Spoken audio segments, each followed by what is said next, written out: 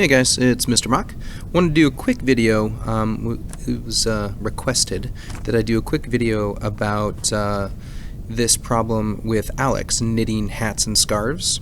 And I know that we had kind of touched base on it the other day, where we had established that the number of hats would be less than or equal to 20 because he can make at most 20 hats, and he can make at most 30 scarves. So we get these two inequalities to start things off with.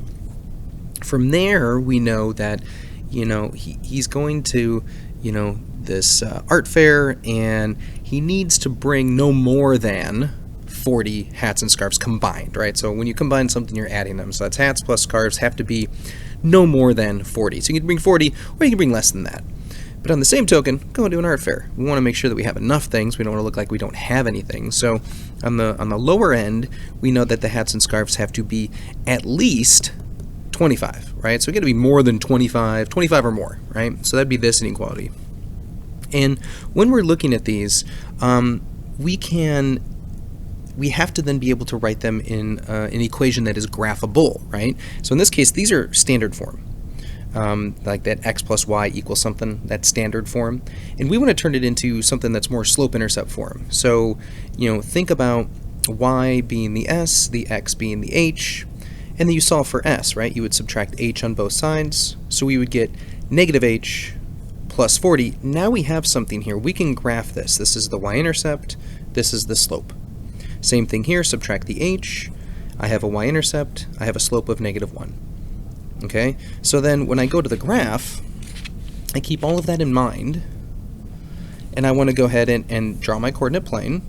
I have my hats on the bottom, that's going to be my x, scarves will be my y, as I've set it up here. First thing I'm going to graph is x has got to be, or h has got to be less than 20. H is the hats. So I went by 5s here, 5, 10, 15, 20. I draw my vertical line here at 20. And I know the hats has to be less than that. It's got to be this way. So I made this arrow pointing this way. Scarves have to be less than 30, or 30 or less. That's why I'm using the solid lines. So again, went by 5s, 5, 10, 15, 20, 25, 30. Make my line. And then this arrow's telling me I'm going down. I'm shading down here. So right now, I would be in this zone. Okay, but we have our other constraints. We have these two equations, right?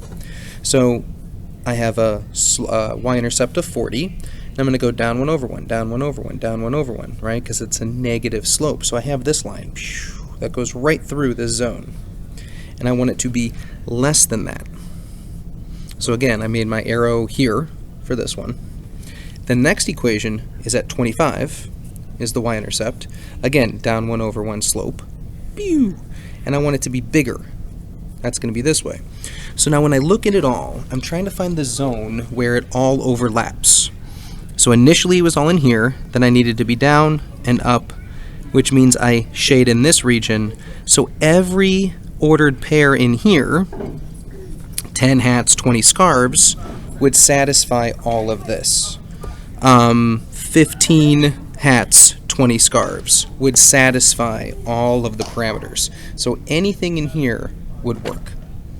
And that hopefully gives you a little bit of an explanation on that particular problem. I hope that helps. I will see you guys in rotation tomorrow.